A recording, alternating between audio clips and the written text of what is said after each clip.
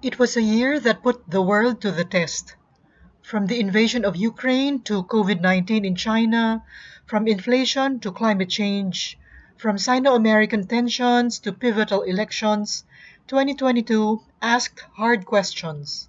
The ordeal has not only sent the world in a new direction, but also shown it in a new light. On February 24th, Russia invaded Ukraine. Vladimir Putin's excuse for this unprovoked act of aggression was that he wanted to quote unquote denazify the country. Volodymyr Zelensky and his people affirmed that self determination and liberty are worth dying for. Named Time magazine's Person of the Year, Zelensky famously turned down the US's offer at the start of the war to be evacuated from Kyiv, stating, "The fight is here. I need ammunition, not a ride."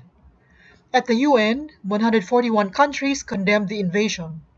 Only North Korea, Syria, Eritrea, and Belarus, dictatorships all, voted with Moscow. Whether the battle for Ukraine fills one with hope or with fear, Volodymyr Zelensky galvanized the world in a way we haven't seen in decades. After an upsurge in popular support, Western governments threw their weight behind democracy's new champion. Led by the Biden administration, the West is providing arms and aid on a scale even hawks had not imagined. As the year ended, Ukrainians had recaptured much of the territory Russia had stolen. But Mr. Putin drafted hundreds of thousands more troops and bombed Ukrainian electricity infrastructure, hoping to freeze civilians over the winter. On December 21, Zelensky visited the White House and said that Ukraine is alive and kicking and has defeated invading Russia in the battle for minds of the world. In his address to a joint meeting of Congress, where he received a rousing welcome, Zelensky thanked the US for billions of dollars in military aid.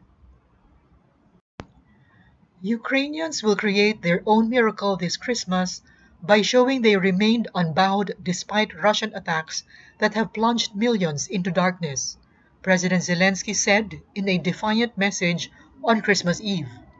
Ukrainians had always known Christmas Day as January 7th, according to the Julian calendar used by the Russian and Ukrainian branches of the Orthodox Church. But a movement to reject everything associated with Russia, 10 months into its invasion of Ukraine, has begun to transform even the most sacred traditions. Many Ukrainians have embraced December 25th as Christmas for the first time. Ukrainian generals predicted that Russia would launch a big new offensive in early 2023. The war caused energy prices to soar. Oil rose to nearly $140 a barrel before falling again. Mr. Putin cut off most gas supplies to Europe, where governments scrambled to secure new supplies and subsidize household heating bills. Investment in alternative energy rose.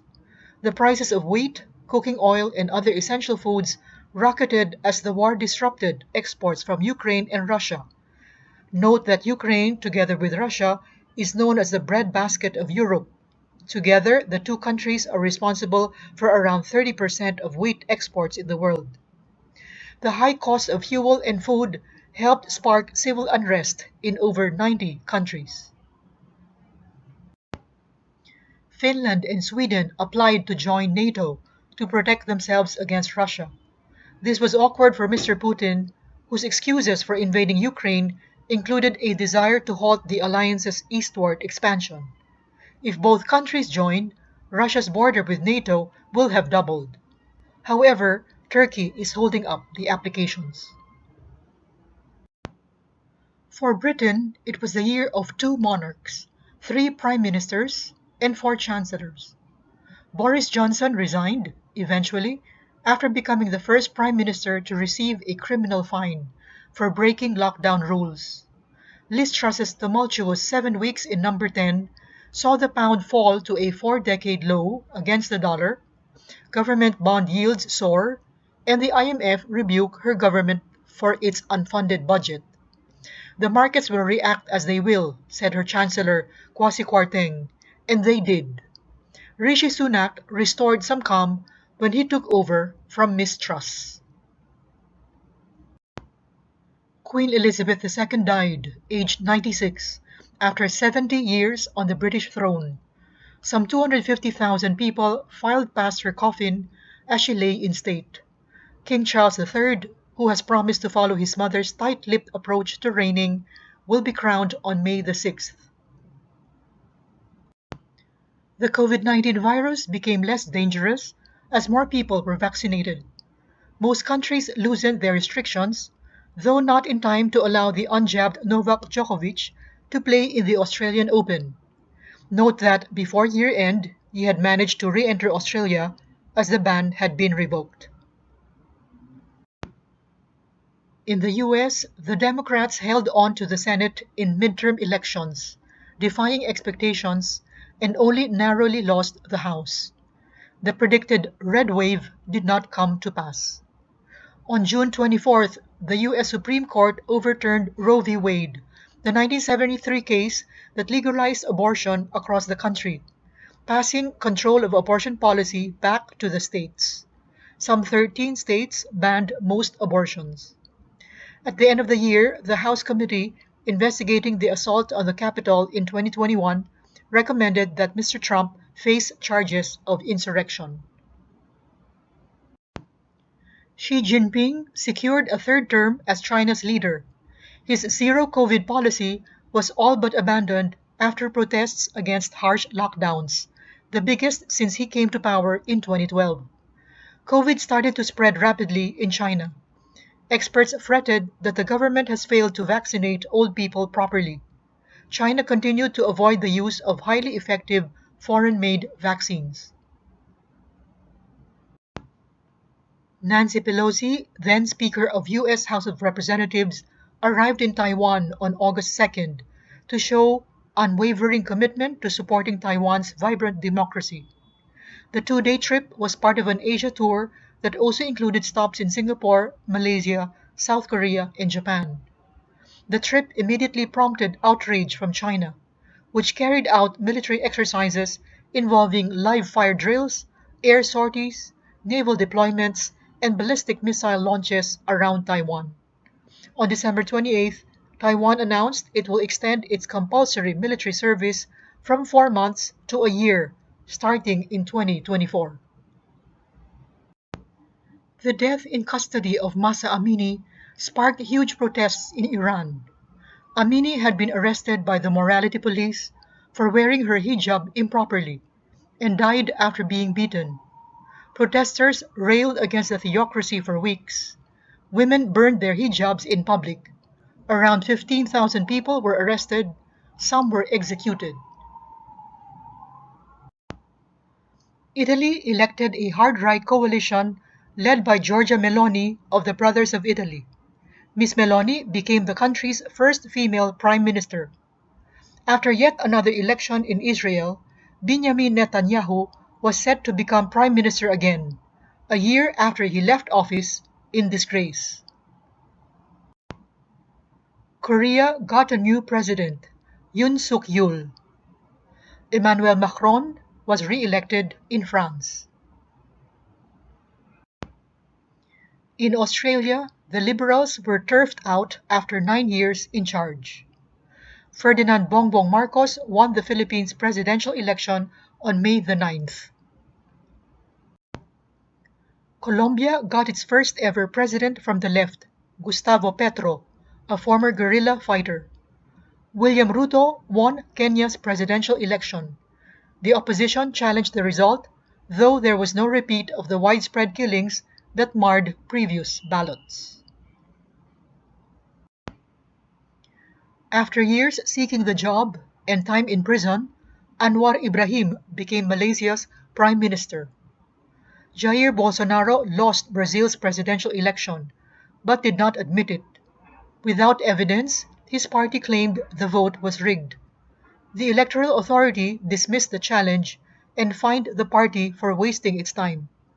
Luis Inacio Lula da Silva will be sworn in on January 1st. Elon Musk, the founder of Tesla and SpaceX, bought Twitter for $44 billion. He sacked the CEO, the entire board, and half the staff. Mr. Musk said he would allow more free speech, but balked when offensive tweets proliferated and upset advertisers. In December, he asked his Twitter followers if he should stay as CEO. They said no. Mr. Musk ceased to be the world's richest man. Bernard Arnault, the boss of LVMH, a luxury firm, surpassed him. Shinzo Abe, a former Prime Minister of Japan, was assassinated on July 8th. He was shot while addressing an election rally in the city of Nara. Stock markets were battered during 2022. The shine came off big tech stocks. The share prices of Meta and Tesla fell by over 60%. Apple briefly reached a stock market value of 3 trillion in January. It is now worth about $2.1 trillion.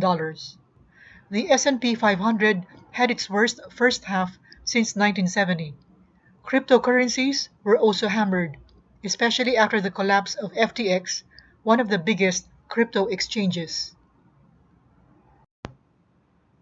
FTX founder Sam Bankman-Fried is accused of stealing billions of dollars in customer funds. He was released on a $250 million bond package on Thursday, December 22nd, while he awaits trial over the collapse of the FTX crypto exchange.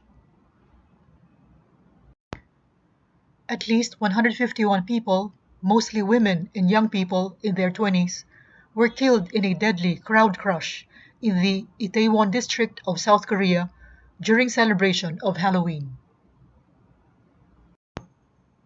The world's population reached 8 billion on November 15th, just 12 years after it reached 7 billion. Improvements in nutrition and medicine have increased humans' lifespan. The Oscars ceremony was full of surprises. Coda became the first film released primarily over streaming to win Best Picture. Will Smith, an actor, slapped Chris Rock, a comic, for being rude about his wife. Netflix reported a dip in subscribers and introduced ads to increase revenue. The biggest box office hit was Top Gun Maverick. Second was Jurassic World Dominion.